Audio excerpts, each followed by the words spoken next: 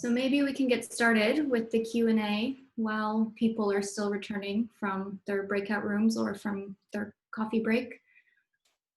The goal of this session is really just to answer general questions that you have, hopefully related to the things we talked about today, but you can also ask other general life questions if you wish.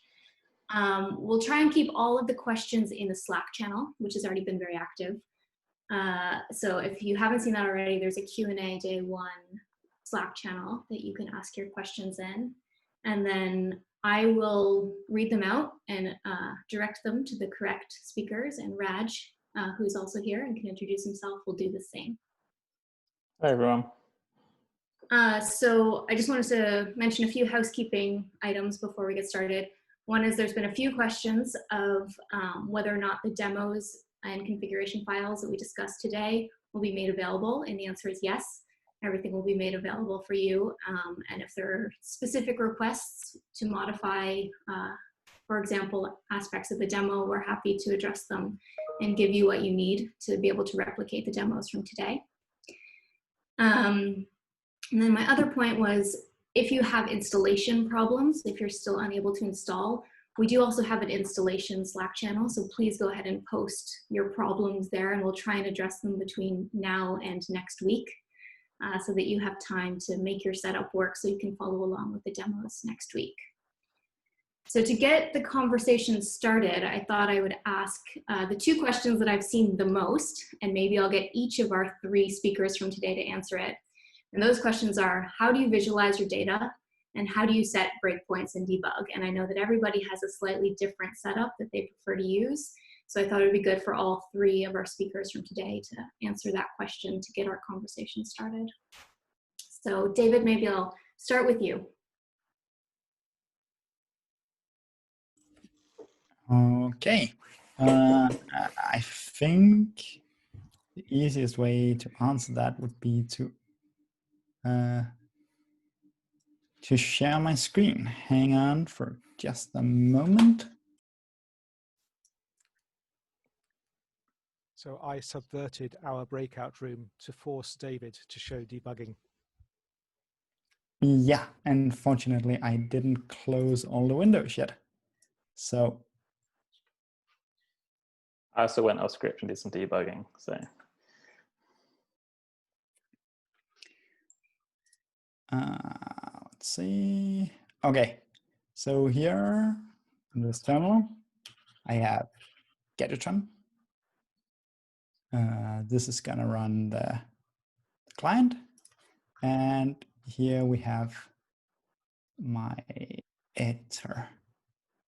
Could you like this? So this is a Python gadget in Visual Studio Code.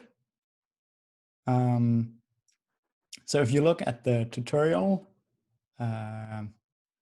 XML, I've modified a little bit. So rather than running execute to execute Python, it's just running connect. So we need to start Python before we're running the chain. And I will do that here. Tell it to start debugging. We can add a breakpoint. And now we call the client.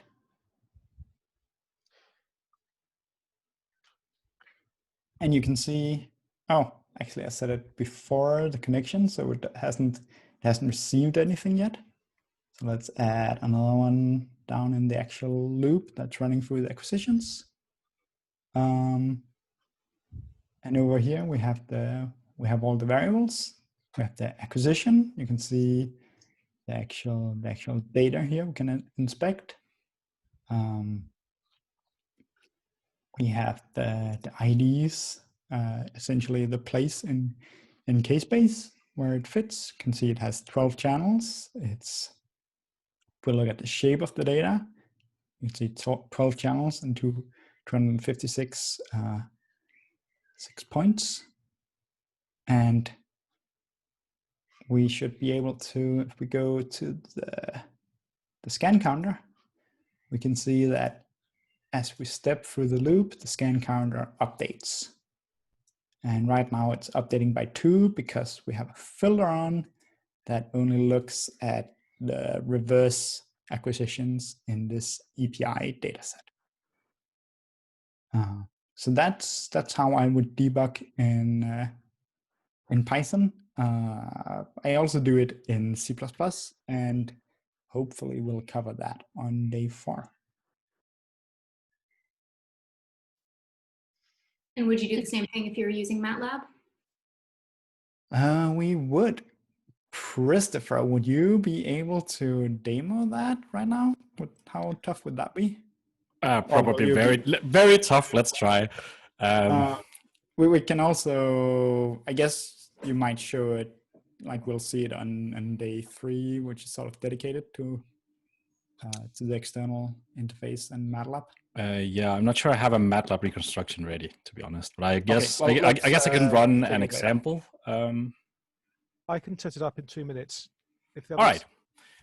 Well, go ahead with that, Oliver. So Oliver will do that. Yeah. It looks pretty much the same. It's the MATLAB debugger. You get to run the debugger, the profiler. You get to do what you want, basically. Breakpoints, everything just works. What about if you wanted to debug in C++? What's your recommendation for people? So basically that's your C++ environment of choice, but you sort of, so debugging in Python, debugging in MATLAB, you control your access to MATLAB or the Python process. When debugging in C++, your debugger is running against the Gadgetron process. So you just use a regular C++ debugger, interfacing with the Gadgetron process and the debug symbols. Yes.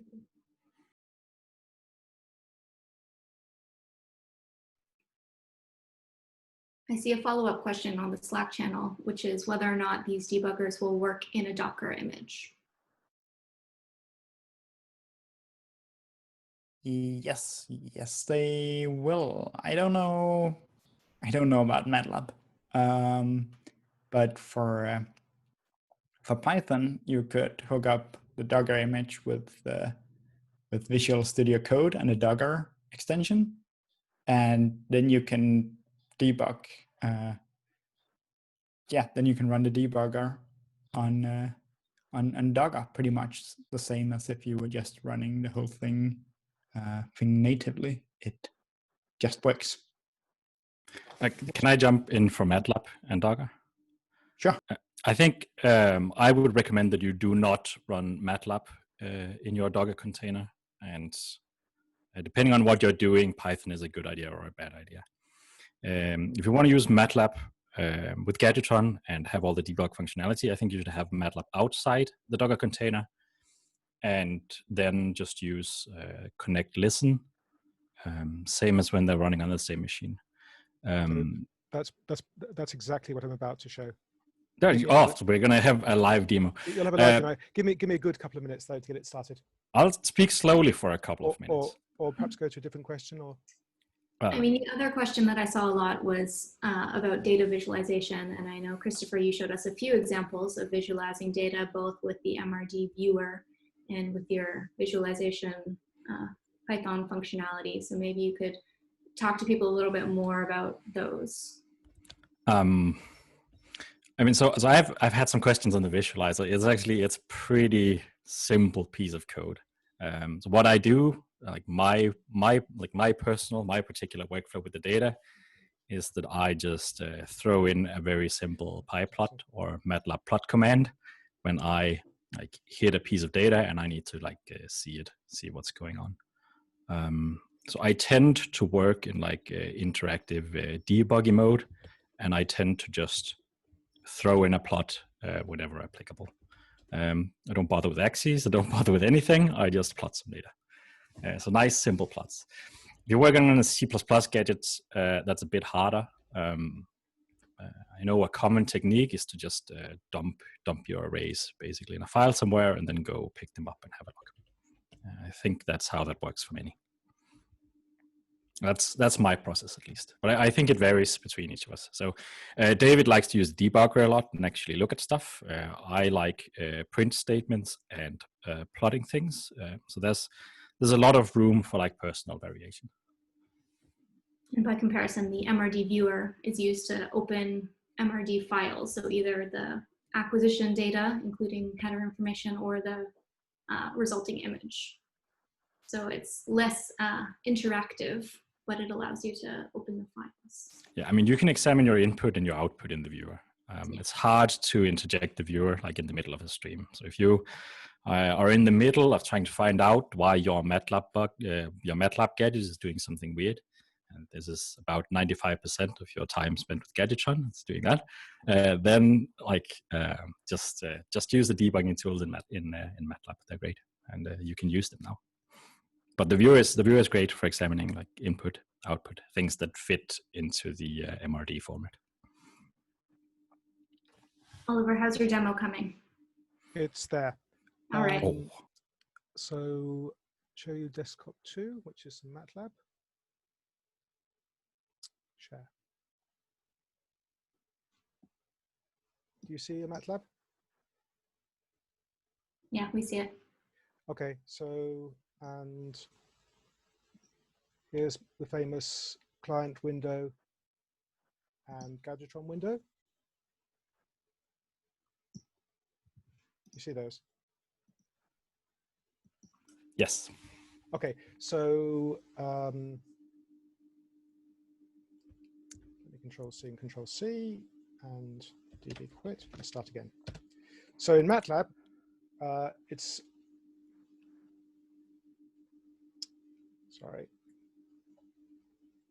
just exactly analogous. So here we have from the MATLAB command window, I'm running Gadgetron external listen, and it's an EPI reconstruction. So I'm listening on port 18,000 as with the Python, and I'm going to call epi.m. Okay. So that's sitting there and waiting and listening on that port. And here's epi.m, and I'll put a breakpoint in just after I've got the flexible header parameters and done something. Actually, no, let's go in there actually, or not. Let's stay where we are. So here's my breakpoint, and So are these running in Docker, your Gadgetron? right. So the two terminals are within Docker. So that's a standard Gadgetron Docker container, like the one for the. Trying to show you my. Where can I put it? Put it up. Okay. So up here we have the terminal in Docker. So I'm running as root in the Docker with the client program, and I've chosen a different port because I'm running Gadgetron explicitly on a different port from the one that's normally run. So 9888. Okay. So that's Gadgetron running down there. MATLAB's ready and listening on its port, and the client calls Gadgetron, which calls MATLAB, which stops at the breakpoint.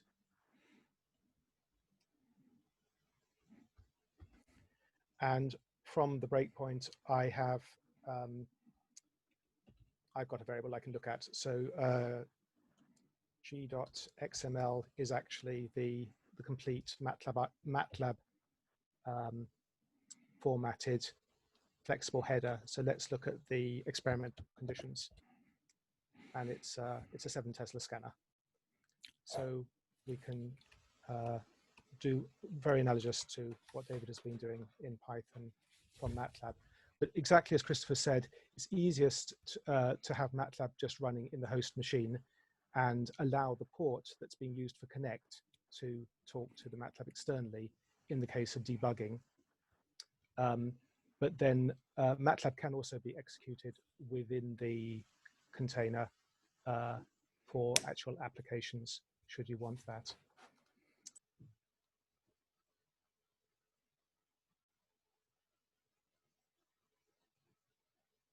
Cool. Yeah, I just add the two. Like depending on how you set up your Docker network, you might need to add an address to reach your host machine. Yeah, let me just show the XML for that. Yeah. That. I knew something was missing. So here's the XML.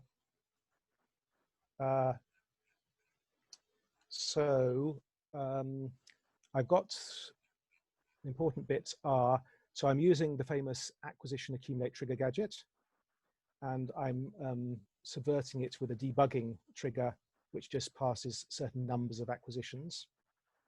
And then critically, you see the two options here. I either, if I'm running MATLAB within Docker and for actual use as a real, for not debugging, but after the application is working correctly, then I'm executing EPI, and here it's the MATLAB, which Gadgetron knows how to start up. But in this case, for debugging, it's exactly the same as with Python. So Gadgetron doesn't know that it's talking to MATLAB. It just knows that it's talking on port 18,000.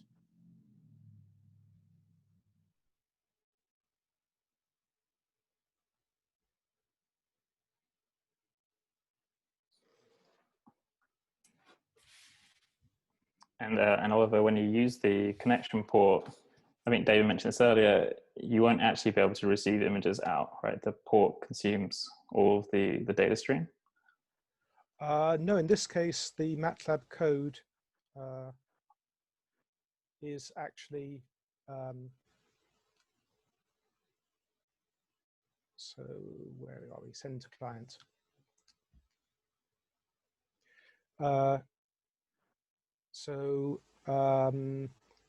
Connection has a send method.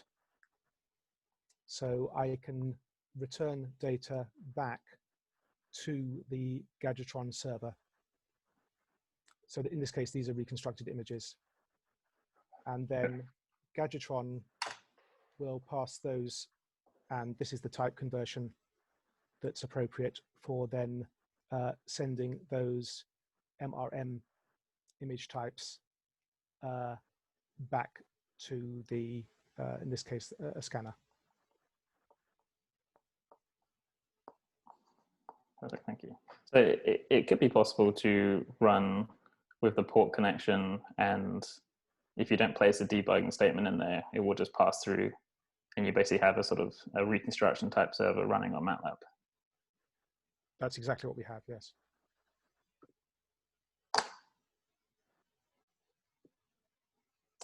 That was a great live demo, Oliver. Thank you. So maybe I'll read a couple of the questions that I see on the Slack channel. Some of them are being answered in real time, but we can get the answers out to everyone.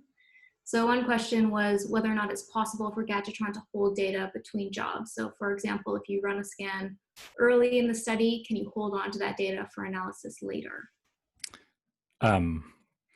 That's an upcoming feature that's on the roadmap, but currently reconstructions are very isolated by design. So by design, right now, it works. Like we try really hard to make that impossible. Basically, like you can write a C++ gadget that dumps a file somewhere, but it's not kosher. So on the roadmap, we're working on a way to do that, like kind of like HTTP sessions. So we're working on that. It's coming up. It's on the roadmap, but at the moment, reconstructions are isolated. Well, that being said, if you need like the feature right now, storing a file is pretty much the way to go. But we have something better coming up. I have a question kind of related to this, I guess, is so some users were using Gadgetron 3, and it'd be if you could describe the differences between Gadgetron 3 and 4, and also ISMRAM RD or MRD 1 versus 2. Like there's a bit of a mismatch of configuration files of 1 and 2 in the Gadgetron.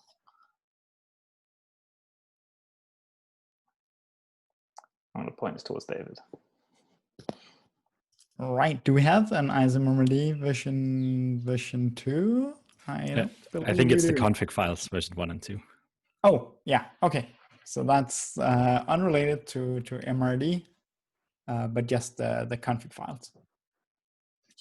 Yeah. So if you've used Gadgetron 3 before, you'll see that the config files that you saw today were a little different. Like the old version 1 config files still work, but there are a number of things you can't do in them. In particular, you can't run any of the external blocks. You can't run like the distributed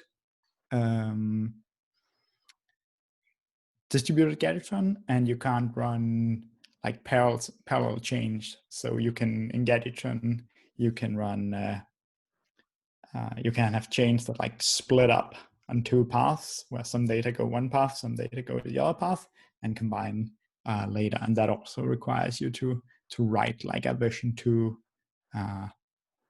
config file. So that's the main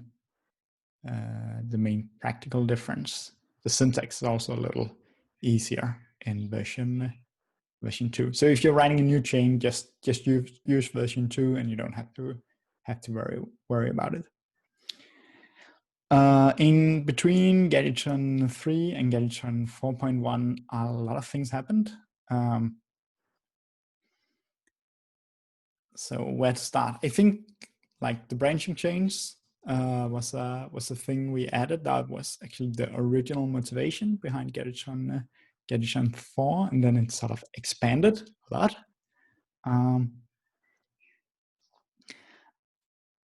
We made distributed Gadgetron a lot easier. It basically only worked with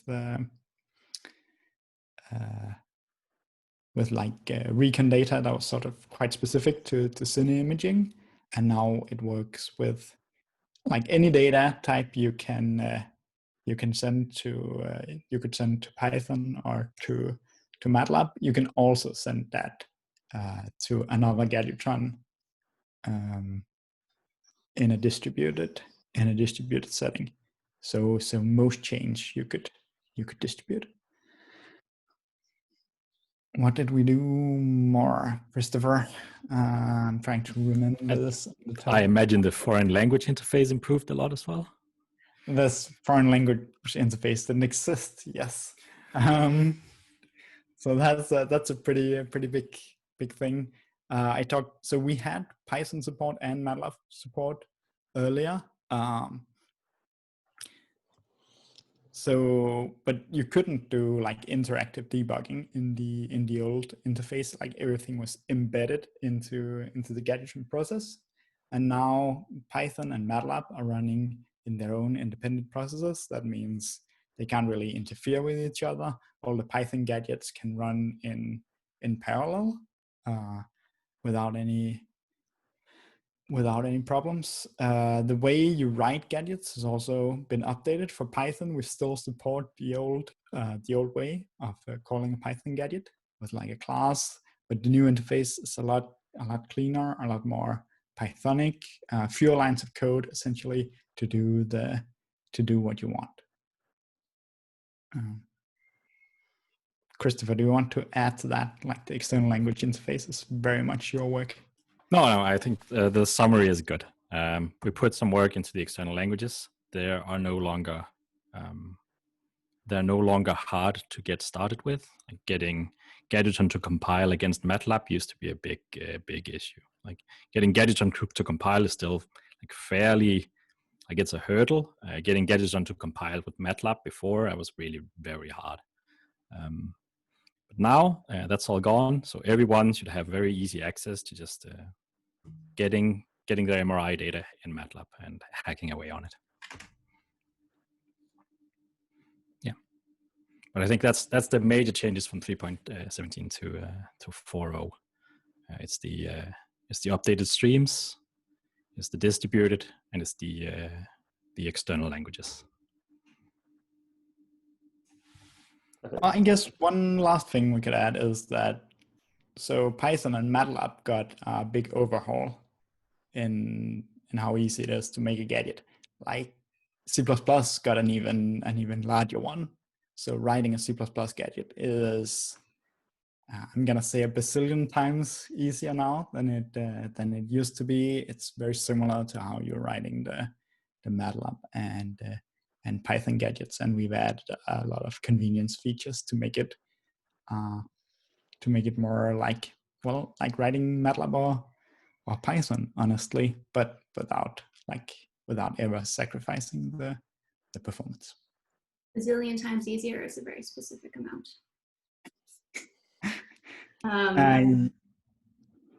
So another question that we had was related to moving to a production environment where we're using Gadgetron on the scanner. And the question is, how do you set up users so you can upload your own Python, C++, or MATLAB functions? Is there a specific directory that you use, or do you give users full write access to user lib? So I think we'll have more on this next week when we have some demos of making Gadgetron work on the scanner. But I don't know if someone wants to quickly talk about how to get either their C++ gadgets or their MATLAB and Python gadgets working on the scanner.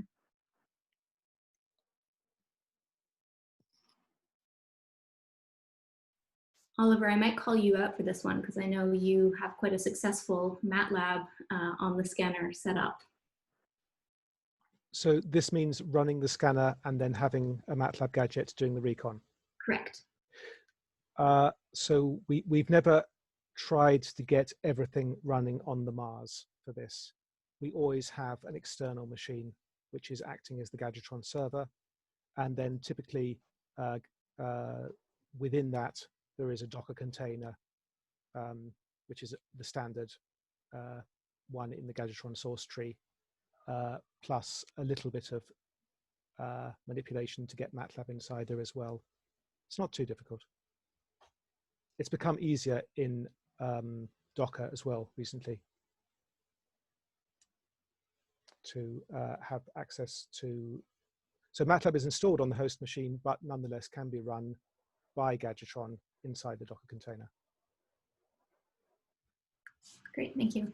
I think you'll hear more next week about either running directly on the scanner using Docker or running on a server or connecting to a server and being able to run with a little bit more flexibility.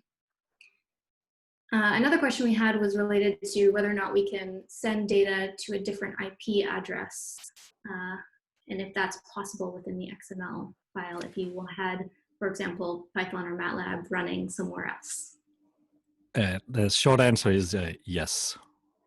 So you just add an address tag and that works. After the client call. Or in the XML. So if you're using a connect block, for instance, that just works. So you just, instead of, so connect takes a port 18,000. You've seen this a couple of times already. It also takes an address. It just defaults to localhost. But if you want to call up MATLAB on your, like, whatever laptop you brought from home, because that's where you keep your MATLAB stuff, and just find out the IP, stick it in the config file, call it up, do your thing. Do you have or can you include maybe in the Slack channel just an example of the syntax for that to make sure people can do it? Yeah, I'll type that up. Go to the next question. That sounds good.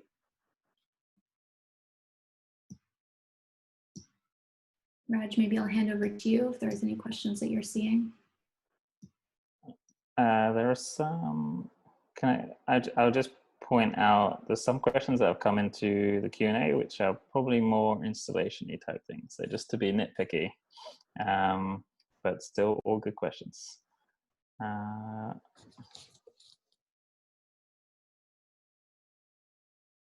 No, I mean, a lot of the questions are, I guess, based on how we set up, right? So like Docker, using Docker versus using Ubuntu. I mean, is there any like never do this type installation where people might be feeling ambitious and you just don't, we would never recommend? We won't never, but you know.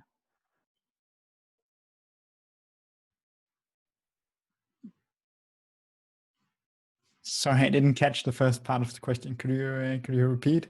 A lot of the questions are about installation. So the question was, are there setups that you would just not recommend right now, like versions of operating systems or combinations that might just be troublesome? Nothing specific. I think most people have managed to get a working Gadgetron connection. So I think, so installing Gadgetron natively on Windows is possible. I know because I've done it. It is currently only recommended if you are quite familiar with C++ development on Windows and you're feeling brave. It is a lot easier than it used to be, as in now it can be done in half a day. 10 years ago, when I tried to do it, I couldn't do it in half a month. That's a bazillion times faster. So there is one question here about integration tests. And I was wondering, David, if you could just maybe give a status update in terms of how to run integration tests and what types of data are there. It seems that the run test doesn't support some of the options anymore that are mentioned in the wiki. So I don't know if you have an update to give there. Yes. So essentially the Gadgetron home and ISMRD home are not really required anymore when you're running the tests. All you need is that like Gadgetron can be found on your path. Like you can run Gadgetron. If you type Gadgetron, that'll run Gadgetron. That the client can be found in the same way. And you need the Siemens to ISMRD converter on your path. Once that's satisfied, well, Gadgetron and all the dependencies can be wherever you want them. You don't have to have them in user local. And in fact, for like routine development, we don't. We have everything installed in our local, in our home directories, in typically like our home directories and .local. So you don't need to mess around with sudo. It also means everything works if you're on a machine where you don't have root privileges. So maybe now we can move to some of the more general questions about what Gadgetron is that I've seen throughout the day. And so one that just came in is, how stable is running a Gadgetron server where multiple clients can connect simultaneously, or do you require one server per client?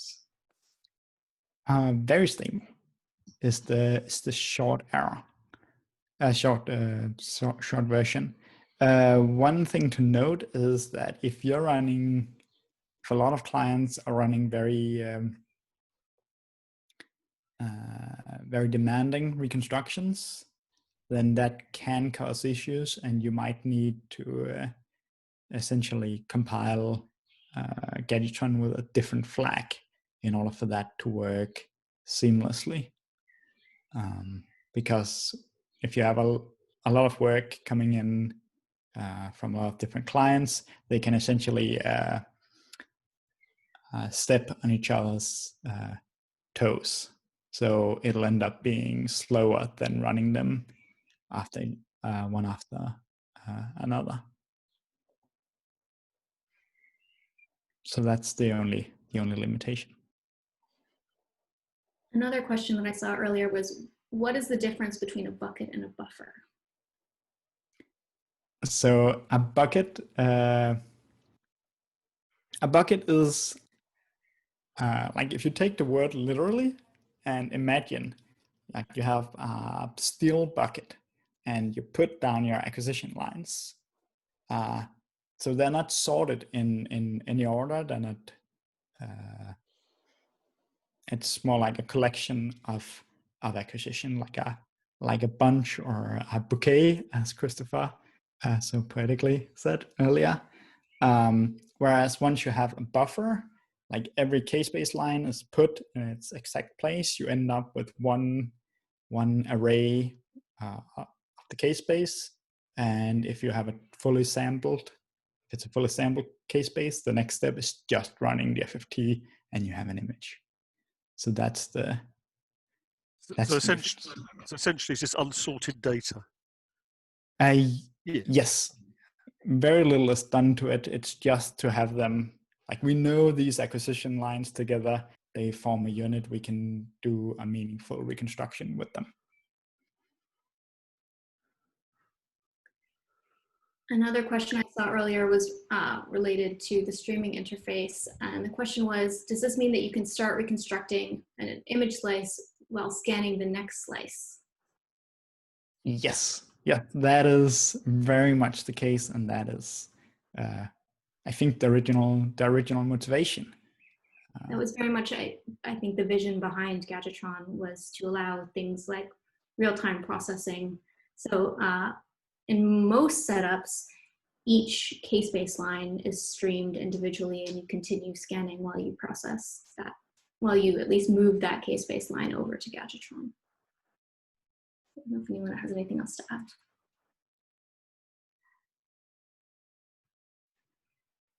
Another question related to the MRD format is whether or not the slice geometry is also stored in the resulting H5 format, so the output image format. I think I can answer. Yes, yes, it is. You will find in the acquisition header, and then after reconstruction in the image header, and you can then use it to get the appropriate geometry at the end of the reconstruction. And as I really briefly talk in the tutorial in Python, you can convert the ISMMRD to the nifty format. It's a beta version, but it works, and then you can compare the DICOM to the nifty conversion and made into Gadgetron, and you should have exactly the same location. Hi, Adrian, this is Vinay, if I can interject. Yeah, so yes, this works fine for the Siemens. So there is space in the ISMMRD, in the MRD header to put the geometry information. In the GE converter, we have not filled those in yet. Some forks or some forks of the GE converter have those filled in, but we just haven't gone in and checked those out and put those in ourselves. But that is one of the things on our list for the next few months. Thanks. So I know we've heard a little bit about both Siemens and GE, and I saw one question earlier about Brooker. So I don't know if anyone has any information you want to share on how well we can connect Gadgetron up to Brooker. Stan, maybe you have some information there. Yeah, left, he has the answer. Valérie? Yeah, maybe I can say a few words about it. So with Aurélien, we work a bit on the converter. So there is a converter that works with the flash sequence. The main issue on Brooker is when you run the sequence, it's not clearly encoded in the data. So when you get the readout, you do not know the location in the gas space. So it means you need to really know what the sequence is doing. And it's not automatically tagged in the data. So when you're doing the conversion, depending of the sequence, you might have a different order. So this is the first issue, but it's possible to do for each sequence, but it's just a huge amount of work. And there is also the possibility to send the gas space in line with to the Gadgetron. It's possible. I work a bit on this, but I never ended it. But to send back the image, it's also possible. But I'm not enough familiar with Breaker, but feel free to contact either me or Aurélien Trottier if you're interested to work on that. So basically, you need to set up. Maxime, can you tell me what's the name of the when you add a step in Brooker processing? I've done that.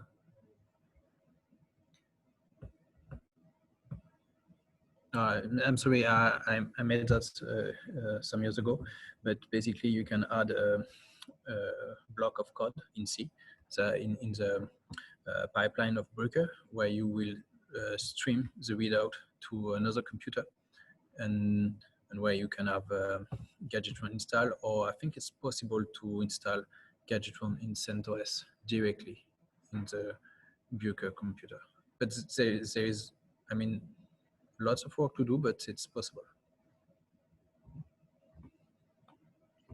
I also see a specific GE question about the ISMRMRD conversion and whether or not for all the vendors, there's the capability to convert all the different types of pulse sequences, meaning 2D, 3D, non-Cartesian. And there's a few answers here for GE, but maybe if anyone can talk just broadly about the conversion and if there are any capabilities that are not available for specific vendors. So this is Vinay again. I can try for the GE. So the converter, we switched over a couple of years ago to using Orchestra. And from that, we can do a pretty decent labeling of the 2D scans. As we've been working through converting different data types, we've been finding that GE uses different object types internally to represent the data from the different types of scans. So we have a little bit of support for EPI. So we have the basic metrics for an EPI collection, data collection. We haven't looked at any 3D acquisitions at all, and nothing with Spiral. So, so that's about the status on GE right now. And there was a follow-up question about whether or not the converters are maintained by the vendors or by the research community, and the answer is by the research community. So those are all available as part of the ISMRMRD package, and they're maintained by us, so not by the vendors themselves. We should probably mention that at least like we've received quite some help from Siemens with the technical details, and that is part of the reason why Siemens support is better than for the other vendors. So if someone has any connections at GE, Philips, or Canon, please let us know. If I can just add one more thing about the GE is that I think another thing we should mention is we haven't really looked at any cardiac type data, which may have special like formatting for things like cines and so forth. And so we haven't, it's not as far along as Siemens by a long way. The mapping from GE's archival raw data formats to ISMRMRD is more, it's less straightforward than it is from Siemens, shall we say. Yeah, so it's a closer to, it's an easier mapping, I think, from Siemens. I also see a question about getting ICE source code. So we have ICE Gadgetron, which is the Siemens ICE code that sends data to Gadgetron. And you can find the most recent version on the IDEA board. So if you have an IDEA license for your scanner and have access to the IDEA board, we post ICE Gadgetron directly on the IDEA board. So Siemens users can get it from there.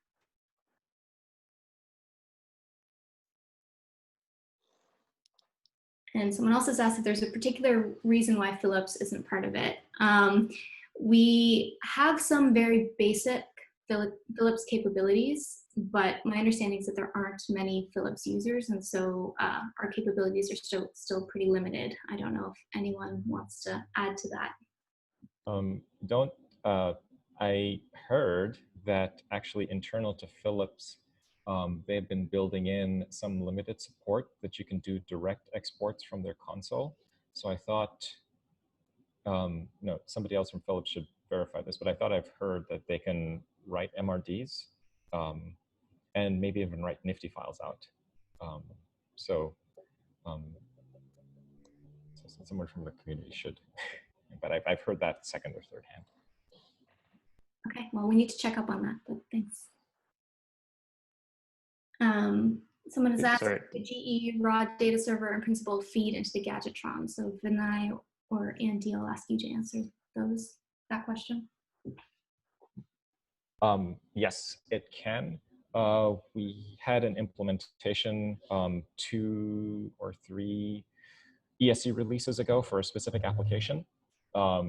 We used we modified the raw data server to stream out acquisitions to a running Gadgetron instance. I posted the diffs to the RDS client source code on the collaboration portal.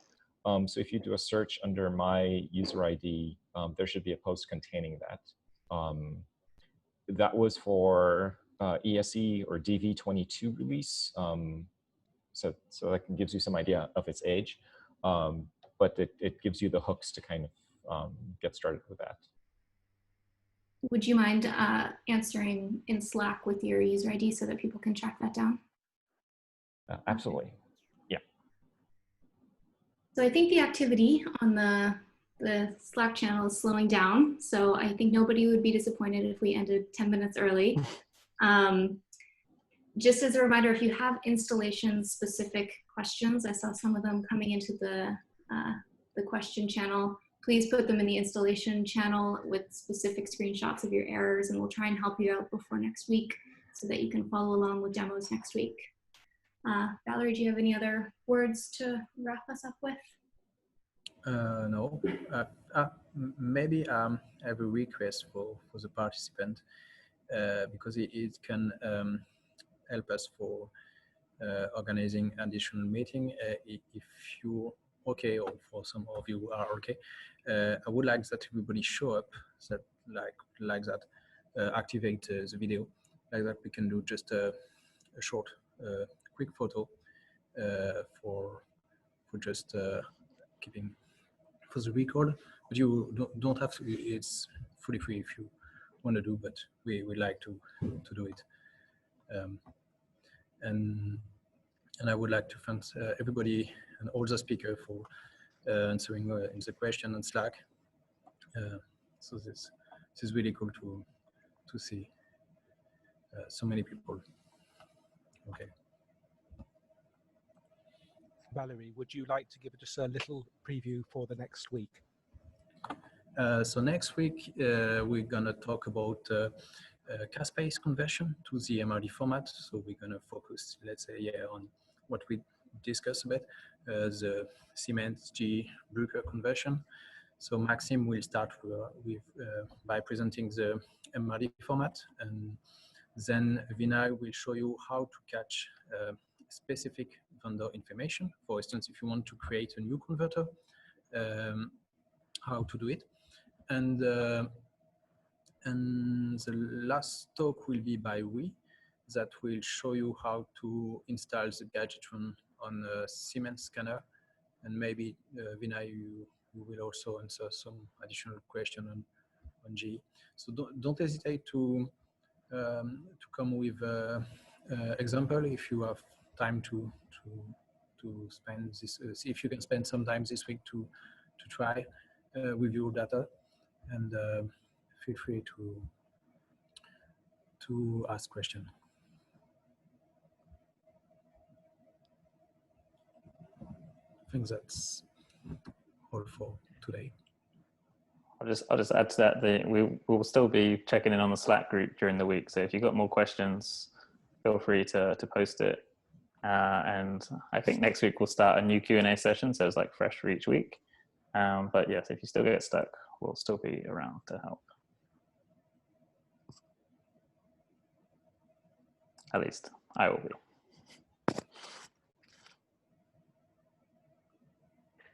All right. Thanks, everyone. Bye.